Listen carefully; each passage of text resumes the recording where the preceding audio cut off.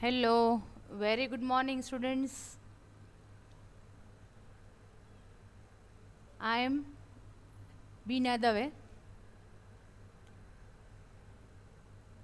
who takes subjects related with computers in BCom. I need to give my introduction once more because till we have not started any lecture of IT or computer science. Girls તમે બધા જ મજામાં હશો એવી આશા રાખું છું, કારણ કે ઘણા ટાઈમ પછી મળીએ છીએ. અને ઇન્ટ્રોડક્શન આપવાનું રીઝન એ છે કે કમ્પ્યુટરના જે બે સબ્જેક્ટ આવે છે F5માં અને SYTYમાં એક એમાંનો એક પણ સબ્જેક્ટ આપણે હજી ચાલુ કર્યો નથી.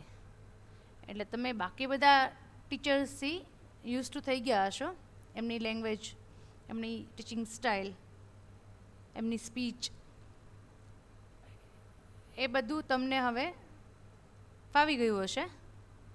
પણ મારો ઓફિશિયલી સબ્જેક્ટ રિલેટેડ એક પણ લેક્ચર હજુ સુધી અપલોડ થયો નથી.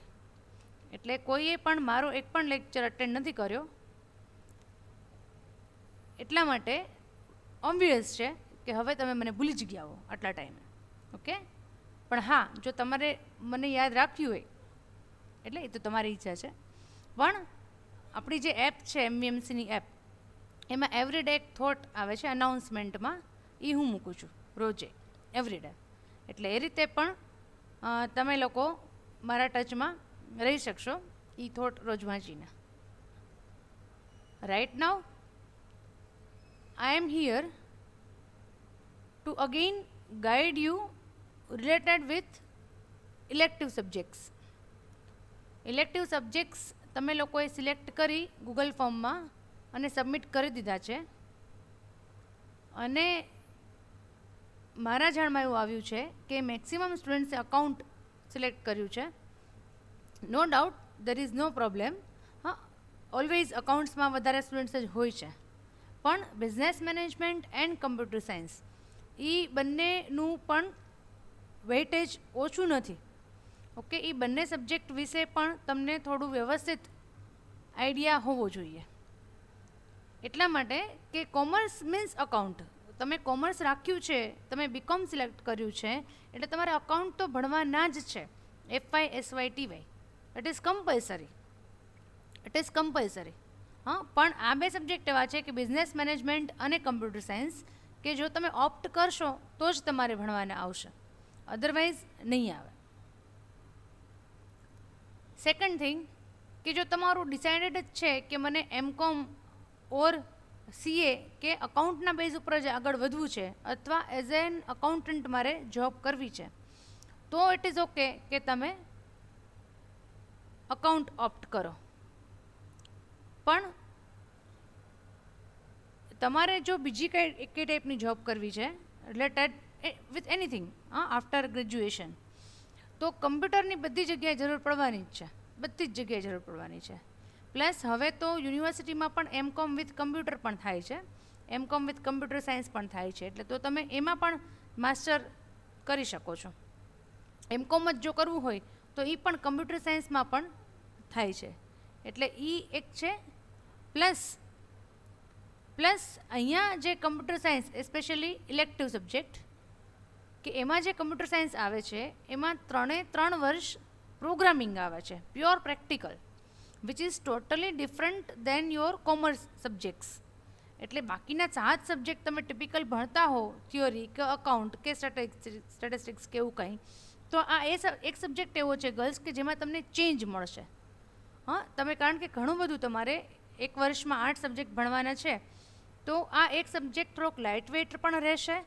મેં તમને ઓલરેડી એનું સ્ટ્રક્ચર સમજાવેલું છે કે 50 માર્ક્સ જ તમારે થિયરીના છે યુનિવર્સિટીના પેપરના. એટલે એમ તમારું બર્ડન થોડું ઘટી જાય છે, as well as scoring subject છે. એટલે આ હું તમને એક સબ્જેક્ટ માટે નથી કહેતી, પણ તમે તમારા સિનિયર્સ જે હોય અહીંથી કરેલું હોય બીકોમ એમને પૂછી શકો છો કે આખી માર્કશીટ જ્યારે એ લોકો તમે જુઓ છો ને FYS TY એટલે 6 સેમેસ્ટરની, ત્યારે ઘણા બધા સ્ટુડન્ટ્સ એવા છે કે જે લોકોનો score because of computer science subject જેના કારણે ઘણો વધી જતો હોય. હા, એવરેજ તમે જુઓ તો 60ની રેન્જમાં માર્ક્સ આવ્યા હોય, પણ આમાં 80sમાં આવે કે 75 માર્ક્સ આવેલા હોય. એટલે શું થાય કે ઓવરઓલ તમારો જે ગ્રેડ છે, હા, માર્કશીટનો જે ગ્રેડ છે એ તમારો સીધો સપોઝ C આવતો હોય તો B આવી જાય. ઓકે, એટલે it is the main benefit of opting computer science. Plus ઘણી બધી કોલેજીસમાં, સ્પેશિયલી ગ્રાન્ટેડ કોલેજીસમાં, તમારે જો કમ્પ્યુટર સાયન્સનો સબ્જેક્ટ રાખવો હોય તો એના એક્સ્ટ્રા પે કરવા પડશે, કારણ કે એમાં લેબ આવે છે, લેબનું સેટઅપ હોય છે, એટલે એક્સ્ટ્રા પે કરવા પડે છે. પ્રેક્ટિકલ એક્ઝામ પણ હોય છે, એટલે એમાં પણ હોય એક્ઝામિનર ને બધું. પણ આપણી કોલેજમાં કમ્પ્યુટર સાયન્સ રાખો તો પણ, કે ટેલી રાખો પછી ઇન ફ્યુચર તમે TYમાં ટેલી પણ તમારે આવે છે, એટલે ટેલી પણ જો રાખો તો એનો કોઈ જ એક્સ્ટ્રા ચાર્જ લેવામાં આવતો નથી. ફ્રી ઓફ ચાર્જ બધા સબ્જેક્ટ ભણાવવામાં આવે છે. Plus girls hours is a BCA college. આપણી કોલેજ છે ને BCA એમાં સૌથી પહેલાં સ્ટાર્ટ થયું છે, પછી BCom અને BBA સ્ટાર્ટ થયું છે. એટલે આ જે BCA કોલેજ છે એના કારણે આપણું લેબ સેટઅપ ખૂબ સરસ છે. તમે બીજી બધી કોલેજીસમાં જાઓ એના કરતાં ખૂબ સરસ લેબ છે આપણી, એકદમ જ AC તો ઓબ્વિયસ છે હોય, પણ એકદમ સ્પેસિયસ છે. હા, નવા બધા કમ્પ્યુટર્સ છે, એટલે એ પણ બેનિફિટ છે કે તમે પૂરેપૂરું લેબ અટેન્ડ કરી શકો. પ્લસ વીકમાં તમારે રેગ્યુલર લેક્ચર્સને એવું આવતા હોય એની બદલે તમને લેબમાં જવા મળે. જ્યારે ફિઝિકલ આવો છો ત્યારે લેબમાં તો તમને એટલો ચેન્જ પણ મળે. આ એક અલગ સબ્જેક્ટ છે, એટલે એમ પણ તમને ઇટ ઇઝ 100% ઇન્ટરેસ્ટિંગ સબ્જેક્ટ. આ જે છે ને એ 100% ઇન્ટરેસ્ટિંગ સબ્જેક્ટ છે. ITમાં ઓકે કે થિયરી આવે છે, IT તો તમે લોકોએ સિલેક્ટ કરેલું જ છે, પણ આમાં થિયરી નથી આવતી, પ્રેક્ટિકલ જ છે. હું પહેલો એક લેક્ચર કદાચ લઈશ PPTથી, 1-2 લેક્ચર ઇનફેક્ટ, પણ પછી જે ભણાવીશ એ બધું પ્રેક્ટિકલ જ ભણાવીશ અહીંયા આ સ્ક્રીનમાં. હા, આજે તમને સ્ક્રીન દેખાય છે અત્યારે, એમાં જ હું પ્રેક્ટિકલ પ્રોગ્રામ લખીશ ને તમારી સામે રન કરીશ ને તમને બતાવીશ કે આવી રીતે થાય, જે ક્લાસમાં પણ આપણે એ જ મેથડ હોય છે. પ્લસ હજી એક વસ્તુ છે કે અકાઉન્ટમાં ઓલવેઝ મોર દેન 100 સ્ટુડન્ટ્સ હોય છે. આ વખતે પણ એમ જ છે. હા, મોર દેન 100 સ્ટુડન્ટ્સ હોય એટલે તમે વિચારી શકો છો કે ક્વોલિટી કેવી મળે અકાઉન્ટ જેવા સબ્જેક્ટમાં. એટલે બહુ બધો માસ, હા, ખૂબ બધા સ્ટુડન્ટ્સ જે છે એ એક સાથે ભણશે અકાઉન્ટમાં, જ્યારે આ BM અને CS જે છે એમાં લિમિટેડ હોય. હા, અરાઉન્ડ 50ની આસપાસ 50-55 સ્ટુડન્ટ્સ હોય. હા, તો તમને ભણવાની વધારે મજા આવે, તમને ક્વોલિટી એજ્યુકેશન મળે, કારણ કે જેમ ઓછા સ્ટુડન્ટ્સ હોય એમ પર્સનલ ઇન્ટરેક્શન વધારે થાય અને બધાને ઇન્ડિવિજ્યુઅલ વ્યવસ્થિત ધ્યાન આપી શકાય. ઓકે, અને તમારું એઝ આઈ ટોલ્ડ યુ કે 50 માર્ક્સ ઇન્ટરનલ હોય છે, એટલે એમ તમને સ્કોર કરવામાં બહુ જ સારું પડે, ખૂબ સારું પડે આ કમ્પ્યુટર સાયન્સમાં સ્પેશિયલી.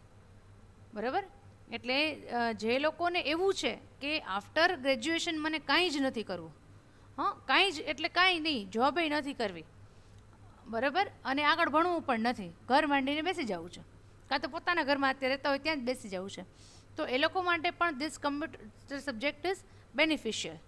હા, કારણ કે ઇન ફ્યુચર તમે તમારા કિડ્સને પણ શીખવાડી શકો કે આવું, એ લોકોને એમ થાય કે આમ આપણને ખબર પડે છે બધી પ્રોગ્રામિંગમાં શું કોડિંગ કેમ હોય. હા, અત્યારે તો તમે લોકો હમણાં જો આ નવી શિક્ષણ નીતિ આવી ને, જો તમે લોકોએ જોયું હોય કાંઈ એનું, અથવા તો FBમાં એમાંય રેન્ડમ પોસ્ટ આવતી હોય છે કે નવી શિક્ષણ નીતિમાં કોડિંગ છે એ 6th સ્ટાન્ડર્ડથી કમ્પલસરી થાય છે. 6th સ્ટાન્ડર્ડ એટલે પ્રાઇમરી એજ્યુકેશન. પ્રાઇમરી એજ્યુકેશનમાં કોડિંગ એટલે આપણે આ જે સબ્જેક્ટ છે એને કોડિંગ જ કહેવાય. હા, પ્રોગ્રામિંગ ઇન C લેંગ્વેજ એટલે ગમે તે પ્રોગ્રામિંગ હોય ઇન એની લેંગ્વેજ, તો ઇટ ઇઝ કોલ્ડ કોડિંગ. તો હવે નવી જે છે એજ્યુકેશન સિસ્ટમ આવવાની છે એમાં 6th સ્ટાન્ડર્ડથી કોડિંગ કમ્પલસરી થાય છે. એટલે તમારી નેક્સ્ટ જનરેશન છે ઓબ્વિયસ છે, કોડિંગ કદાચ 1st સ્ટાન્ડર્ડથી જ આવતું હોય, બધાને કમ્પલસરી છે.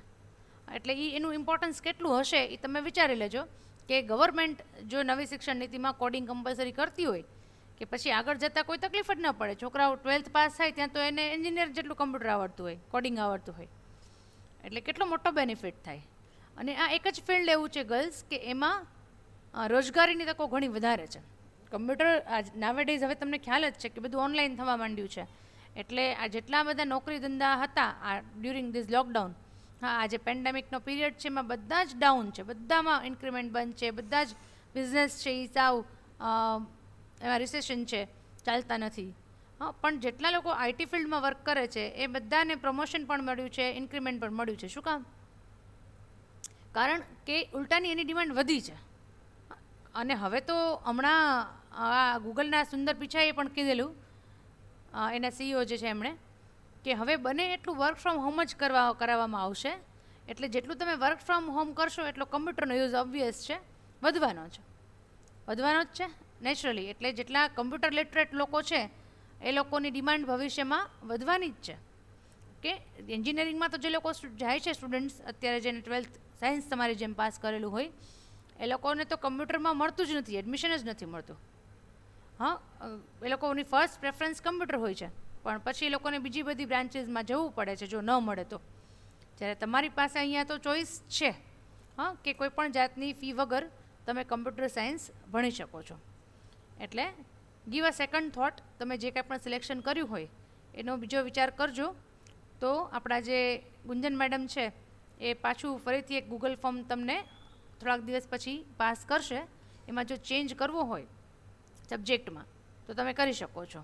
એન્ડ મોર ઓવર, બસ એક વાત ખાસ કહીશ, વિચારો કે ન વિચારો પણ, કે જ્યારે શરૂઆત થાય આપણા ઇલેક્ટિવ લેક્ચર્સની ત્યારે તમે લોકો ત્રણેય સબ્જેક્ટના લેક્ચર અટેન્ડ કરજો, account, CS and BM.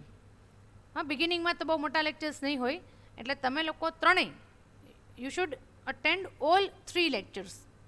ત્રણેયના video જોવાના, શરૂઆતમાં 2-3 લેક્ચર, 4 લેક્ચર માટે. પછી you will be able to decide. હા, જનરલી જ્યારે ફિઝિકલી સ્ટુડન્ટ્સ કોલેજે આવે છે ને ત્યારે એ લોકો એમ જ કરતા હોય છે કે બધા સબ્જેક્ટના ત્રણેયના એક દિવસ જઈ અને લેક્ચર ભરી આવે અને પછી ચેન્જ કે શિફ્ટિંગ જે છે એ કરે કે હવે મને આમાં વધારે મજા આવે છે આ સબ્જેક્ટમાં. કારણ કે ખાલી તમે રાખી લીધું એમ ન હોય, તમને ઇન્ટરેસ્ટ પણ પડવો જોઈએ ને એ સબ્જેક્ટમાં. પછી ભલે ને કમ્પ્યુટરમાં ઇન્ટરેસ્ટ ન પડતો, એ લોકો અકાઉન્ટમાં જાય છે ઘણી વખત. અને જે લોકોને પ્રેક્ટિકલ ન તકલીફ પડતી હોય, ખાલી થિયરી ગોખી શકતા હોય, તો એ લોકો બીએમમાં જતા રહે છે. અને સેમ અકાઉન્ટમાં જે લોકોને બહુ મજા ન આવતી હોય માસમાં, તો એ લોકો કમ્પ્યુટરમાં આવતા હોય છે. ઘણા સ્ટુડન્ટ્સ રિશફલિંગ ખૂબ થાય છે. હા, એટલે તમે લોકો પણ એવું જ કરજો. હા, કે લેક્ચર્સ સ્ટાર્ટ થઈ જાય, લેક્ચર્સ અટેન્ડ કરો, 2-4 લેક્ચર્સ, મિનિમમ 2 લેક્ચર્સ અટેન્ડ કરો. પછી તમે ડિસાઇડ કરો કે અમારે શિફ્ટિંગ કરવું કે આ જે મેં રાખેલો છે, જે કોઈ પણ રાખેલો હોય એ અમારે કન્ટિન્યુ કરવું. કારણ કે એવું થશે જ, એવરી યર થાય છે. એક સ્ટુડન્ટ તો ભૂતકાળમાં એવી હતી, મેઘા નામની, કે એણે પૂરો એક મહિનો 3 જગ્યાએ લેક્ચર ભર્યા, વારાફરતી. હા, આમાં અકાઉન્ટ, સીએસ એન્ડ બીએમ ત્રણેયમાં વારાફરતી લેક્ચર્સ ભરી અને 1 મહિના પછી એ અલ્ટિમેટલી કમ્પ્યુટર સાયન્સમાં આવી. એ લગભગ 3-4 વર્ષ પહેલાં એણે બીકોમ કરેલું છે, પણ એ 1 મહિનો એણે લીધો હતો બધું લેક્ચર્સ ભરવામાં. એટલે આપણે જો કે તમને એટલો બધો ટાઈમ તો નહીં મળે, કારણ કે ફિઝિકલી આવતા નથી. તમને તો ગૂગલ ફોર્મ પાસ કરશે પાછું બીજી વખત કે ચેન્જ કાંઈ કરવો હોય તો ઇલેક્ટિવ સબ્જેક્ટ્સમાં, ત્યારે તમારે આન્સર આપી દેવો પડશે ફાઇનલ તમારો. ઓકે, પણ if you are opting this subject તો તમારે સિલેબસ વાઇઝ પણ બહુ શોર્ટ છે, ખૂબ જ શોર્ટ. આખો એક સબ્જેક્ટ હોય ને, ધારો કે તમારે 8 યુનિટ છે બાકી બધામાં, તો it has been divided into 2, એટલે 2 જ પાર્ટ કરી નાખ્યા છે. એટલે એક સેમેસ્ટરમાં અડધો જ તમારે સિલેબસ આવે છે. સૌથી શોર્ટ સિલેબસ હોય ને આખા જેટલા સબ્જેક્ટ્સ છે બીકોમમાં, તો એ આ કમ્પ્યુટર સાયન્સનો છે. એકદમ શોર્ટ છે. આઈટીનો એટલો શોર્ટ નથી, એમાં ઘણું ભણવાનું છે, પણ કમ્પ્યુટર સાયન્સનો સિલેબસ એકદમ શોર્ટ છે. એટલે તમે રિવિઝન આરામથી કરી શકો. અને એક્ઝામની પ્રિપરેશન હું તમને ફિક્સ આપી જ દઈશ, 15 ક્વેશ્ચન્સ, એની બહાર તમારે એક્ઝામમાં પૂછાવાનું નથી. ઓકે, એટલે તમે લોકો શાંતિથી બરાબર ફ્રેન્ડ સાથે થોડું ડિસ્કશન કરી અને વિચારી જુઓ. અને જ્યારે ગુંજન મેડમ પાછું ગૂગલ ફોર્મ પાસ કરે ત્યારે એમાં વિચારીને પાછું ઇલેક્ટિવ સબ્જેક્ટ ફિલ કરો. Okay, I hope you do not have any confusion now. If you have any confusion, then you can contact on college's mobile number. We are here to guide you. Thank you all. Take care.